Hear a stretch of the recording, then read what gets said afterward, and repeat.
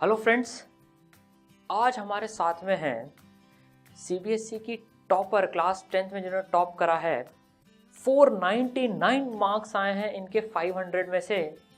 यह है नंदिनी गर्ग, जो कि शामली में स्कॉटिश इंटरनेशनल स्कूल से इन्होंने क्लास 10th की पढ़ाई करी। तो हेलो नंदिनी। Hello sir.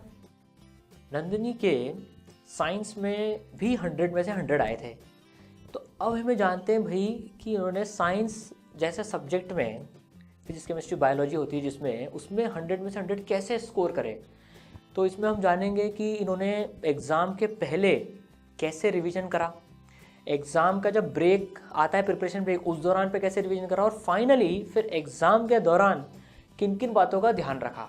और नंदिनी से हमको कुछ टिप्स भी मिलेंगी जिसमें हमको ये पता पड़ेगा कि लिखना कैसे होता है इस पेपर में, किस नीटनेस के साथ में किन किन बातों का ध्यान रखना होता है। ठीक है, तो नंदिनी आपने कैसे प्रिपरेशन करी? सर मैंने एनसीईआरटी ही पढ़ी थी, उसके क्वेश्चंस को बहुत ज़्यादा एम्फसाइज करके मैंने पढ़ा था, क्योंकि उनके क्वेश्चंस एनसीईआरटी क्वेश्चंस काफ़ी अच्छे हैं साइंस में। एंड अगर कोई रिफ्रेशर्स फॉलो कर रहा है साइंस में तो वो फॉलो कर सकता है, उससे रिवाइज कर सकता है, ये ध्यान में रखते हुए कि एनसीईआरटी का कोई भी पार्ट छूटे नहीं, क्योंकि एनसीईआरटी से ही पेपर बनाता है बोर्ड्स। तो साइंस में भी प्रीवियस ईयर क्वेश्चन सॉल्व करिए प्रॉपर्ली 3 आवर्स की सिटिंग में, कि जैसे क्योंकि राइटिंग रिप्रेजेंटेशन ही एक तरीके से इम्पॉर्टेंट है, तो उसको आप प्रॉपर्ली सोल्यूशन को लिख के 3 आवर्स में और किसी अपने एक्सपीरियंस टीचर से चेक कराइए। अपनी गलतियाँ मतलब टीचर ऐसा हो कि सर प्लीज़ बता दो मुझे कि कोई गलती की है, क्योंकि अगर आप अभी सुधार लेंगे तो आपके बोर्ड्स में गलती होने के चांसेस है ही नहीं, बिल्कुल बहुत कम हो जाएंगे। आप 100 आउट ऑफ 100 स्कोर कर सकते हैं। फिर मतलब इसमें उल्टा करें कि जितने मार्क्स हमारे अभी काट सकते हो सर, आप काट दो बोर्ड्स के पहले। हाँ, बोर्ड्स के पहले। हाँ। तो और एक बच्चों को वो 12 मार्क्स का एक प्रैक्टिकल सेक्शन आता है, उससे बहुत डरते हैं बच्चे।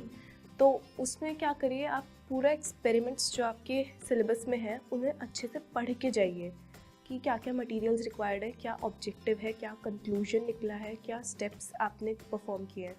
क्योंकि कभी कभी बोर्ड्स ऐसे भी पूछ लेता है कि मटेरियल्स क्या यूज़ किए थे, इसमें क्या क्या चाहिए, या फिर वो क्योंकि वो कुछ भी पूछ सकता है। अगर आपको A to Z उस एक्सपेरिमेंट के बारे में पता होगा तो आप सब आंसर कर देंगे। And it's not very tough, क्योंकि एक्सपेरिमेंट्स कम है, ज़्यादा नहीं होते हैं। वो आपसे स्टेप्स भी पूछ सकते हैं कि आपने पहले ये किया था या ये किया था, और आपको उसके पीछे की साइंस भी पता होनी चाहिए कि आपने क्या साइंस लगाई है। तो एंड उससे डरने की ऐसी कोई बात नहीं है, वो इजी होता है। अगर आपको एक्सपेरिमेंट के बारे में पूरा अच्छे से पता है तो आप उसे अच्छे से आंसर कर सकते हैं। तो जैसे जो 10th क्लास के जो प्रैक्टिकल्स होते हैं वो लगभग मेन बोर्ड एग्ज़ाम्स के 1-1.5 महीने पहले हो जाते हैं। तो उस दौरान तो बच्चे एक्सपेरिमेंट्स पढ़ते ही हैं, लेकिन उसके बाद भी जब बोर्ड्स आएँ तो भी उन एक्सपेरिमेंट्स को एक बार रिवाइज़ कर लेना चाहिए। ठीक है।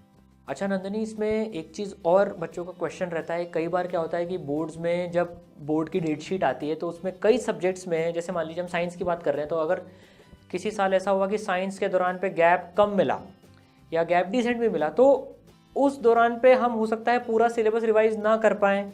तो अभी जब हम 1 महीना पहले 2 महीने पहले जब हम प्रिपरेशन कर रहे हैं, तो क्या इस दौरान भी कुछ ध्यान में रखें उस ब्रेक को ध्यान में रखते हुए? हाँ, उस टाइम हम ऐसा कर सकते हैं कि जो सेक्शंस हमें लगता है टफ है या फिर डर लगता है जिन सेक्शन से कि ये थोड़ा टॉपिक मेरा वीक है, उनको मार्क करते हुए चलें। प्लस जो एनसीईआरटी क्वेश्चंस आपको अच्छे लगते हैं कि ये दोबारा मुझे रिवाइज करने चाहिए, उन्हें भी मार्क करते हुए चलें, क्योंकि लिमिटेड टाइम होता है और उस टाइम हम बहुत कंफ्यूज रहते हैं कि क्या उठाएं क्या ना करें। और उस टाइम पे मेरा सजेशन ये होगा, जब आप एग्जामिनेशन ब्रेक होगा आपके पास, उस टाइम पे आप न्यू क्वेश्चंस कुछ ना करें, जो आपने पुराना कर रखा है उसको ही रिवाइज करते हुए चलें, ताकि आपका कॉन्फिडेंस बढ़े और आपका मॉरल डाउन ना हो। भाई कोई नया क्वेश्चन एकदम से ऐसा मिल गया कि अरे ये कहाँ से आ गया आउट ऑफ सिलेबस, क्योंकि हम साल भर ऑलरेडी पढ़ चुके होते हैं, तो जो पढ़ा है उस ब्रेक में उन्हीं को रिवीजन पे ध्यान रखें। और जैसा आपने बताया कि 1 महीना जब बचता है तो इस 1 महीने में उन दिनों की तैयारी कर लें कि भाई क्या क्या हमें उस प्रिपरेशन का जो ब्रेक मिला है एक्चुअल बोर्ड्स के टाइम पर वो पढ़ना है। एनसीईआरटी में उनकी मार्किंग्स कर लें, क्वेश्चन मार्क कर लें। ठीक है, बहुत अच्छी बात। पेपर जब हमारा बोर्ड का पेपर होता है तो उस दौरान में हम क्या क्या चीज़ों का ध्यान में रखें? जब आप पेपर अटेम्प्ट कर रहे हैं बोर्ड का, एक्चुअल बोर्ड का, तो रिप्रेजेंटेशन सबसे इम्पॉर्टेंट होना चाहिए, क्योंकि अगर टीचर को आपका आंसर ढूंढना पड़ेगा आंसर में से कि क्या लिखा है, हौच पौच करके लिखा है, तो वो टीचर मार्क काट लेगा आपका। अगर आपने सही भी लिखा है तो भी मार्क्स काट लेगा, क्योंकि जितना आप टीचर को खुश रखेंगे वो जितना दिल खोल के मार्क्स देगा, तभी आप 100% स्कोर कर सकते हैं। तो उसके लिए एक तो बहुत खुला अच्छे से इलेबोरेट करके लिखें। और साइंस में जनरली ऐसा होता है क्वेश्चन में काफ़ी पार्ट्स आ जाते हैं, जैसे एक क्वेश्चन में काफ़ी चीज़ें पूछ लेते हैं वो, तो उसको प्रॉपरली जैसे आपका एक पार्ट ख़त्म हुआ तो एक लाइन छोड़ के फिर स्टार्ट कीजिए, ताकि टीचर को दिखे कि इस पार्ट का आंसर ये लिखा है उसने, बच्चे ने, हमने ये आंसर लिखा है, देन नेक्स्ट ये लिखा है, तो आपको फुल मार्क्स एकदम से दे देगा। मतलब पार्ट्स के भी क्योंकि पार्शल मार्क्स होते हैं, हाँ। तो वो पार्ट्स भी एकदम क्लियरली दिख जाए कि हाँ पार्ट 1 का आंसर है, फिर 2 लाइन छोड़ी, फिर पार्ट 2 का आंसर है, सारे पार्ट्स आंसर करे गए हैं। हाँ। साथ में डायग्राम्स को भी लेबल करना है हमको। हाँ, डायग्राम्स जनरली वो पूछ लेते हैं, एक आधा क्वेश्चन डायग्राम्स पे आ जाता है कि ड्रॉ द डायग्राम, बट अगर आप जैसे कोई चीज़ एक्सप्लेन करनी है और उसमें उन्होंने डायग्राम नहीं पूछा है, तो आप डायग्राम बना सकते हैं अगर आपके पास टाइम है, क्योंकि टाइम कंस्ट्रेंट रहता है। अगर आपके पास टाइम है तो आप डायग्राम बना दीजिए, क्योंकि जितना आप पिक्चराइजेशन करेंगे, जितना अच्छे से रिप्रेजेंट करेंगे, टीचर उतना अच्छे मार्क्स देगा। तो हाँ, अगर आपके पास टाइम बचता है, टाइम बहुत इंपॉर्टेंट है, अगर आपके पास टाइम है तब आप डायग्राम सुंदर सा बना सकते हैं, neat and clean with label diagram. अगर आपके पास टाइम बचता है, क्वेश्चन पेपर हो जाने के बाद, पूरी आंसर सोल्यूशन हो जाने के बाद, चेक करने के बाद भी अगर आपके पास 5 to 10 मिनट्स बच रहे हैं, तो आप हर सोल्यूशन के बाद एक लाइन खींच सकते हैं ब्लैक पेन और रूलर से।